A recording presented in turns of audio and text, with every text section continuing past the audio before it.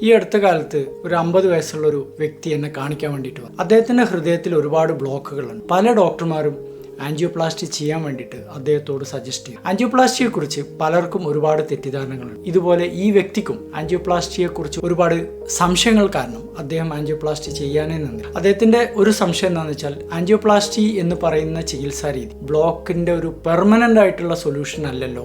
Angioplasty കഴിഞ്ഞാലും വീണ്ടും block വരാൻ സാധ്യതയില്ലേ, വീണ്ടും മരുന്ന് കഴിക്കേണ്ടേ എന്നൊക്കെയുള്ള. ഇതിന്റെ ഉത്തരം എന്താണെന്ന് വെച്ചാൽ, ആൻജിയോപ്ലാസ്റ്റി ചെയ്ത ഒരു വ്യക്തിക്ക് വീണ്ടും ഹാർട്ട് അറ്റാക്ക് വരാനുള്ള സാധ്യത ആൻജിയോപ്ലാസ്റ്റി ചെയ്യാത്ത ഒരാളെക്കാളും 65% കുറവാണ്. അതുപോലെ തന്നെ കടുത്ത ബ്ലോക്കായിട്ട് വരുന്ന ആളുകൾക്ക് പെട്ടെന്ന് ആൻജിയോപ്ലാസ്റ്റി ചെയ്താൽ അവരുടെ മരണസാധ്യത 73% കുറക്കാൻ വേണ്ടിയിട്ട് കഴിയും. മറ്റൊരു സംശയം അദ്ദേഹത്തിനുള്ള എന്ന് വെച്ചാൽ, ആൻജിയോപ്ലാസ്റ്റി ചെയ്യാതെ ഇത്രയും കാലം മരുന്ന് കഴിച്ചിട്ടും പുള്ളിക്ക് വേറെ പ്രശ്നങ്ങളൊന്നും സംഭവിച്ചിട്ടില്ലല്ലോ എന്നുള്ളതാണ്.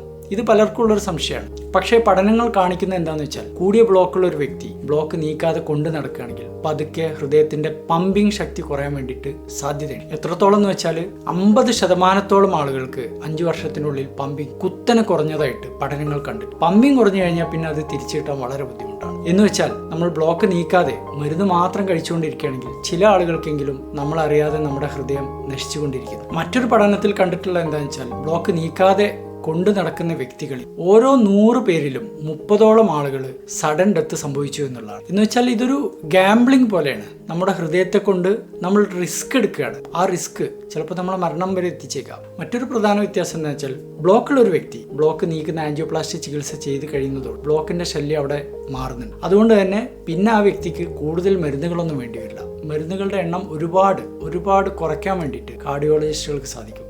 എന്നാൽ ബ്ലോക്ക് കൊണ്ടു നടക്കുകയാണെങ്കിൽ നെഞ്ചിൽ അസ്വസ്ഥത വരാനും ആ നെഞ്ചിലെ അസ്വസ്ഥത കുറയ്ക്കാൻ വേണ്ടിയിട്ട് മരുന്നുകളുടെ എണ്ണം കൂടുതലായിട്ട് കൊടുക്കേണ്ടി വരാറ്. പല ആളുകൾക്കും ആൻജിയോപ്ലാസ്റ്റിയോ ബൈപ്പാസോ ഒഴിവാക്കിക്കൊണ്ടുള്ള ഒരു മരുന്ന് ചികിത്സ നടത്തുമ്പോൾ അവരുടെ മരുന്നിന്റെ പ്രിസ്ക്രിപ്ഷൻ നോക്കിയാൽ ഒരുപാട് മരുന്നുകൾ അവർ കഴിക്കുന്നുണ്ടാവും. അതിൽ കൂടുതലും നെഞ്ചിന്റെ വേദന സംഹാരികളായിരിക്കും. ഇതൊക്കെ കഴിച്ചാലും അവർക്ക് അറ്റാക്ക് വരാനുള്ള സാധ്യത കൂടുതലാണ്.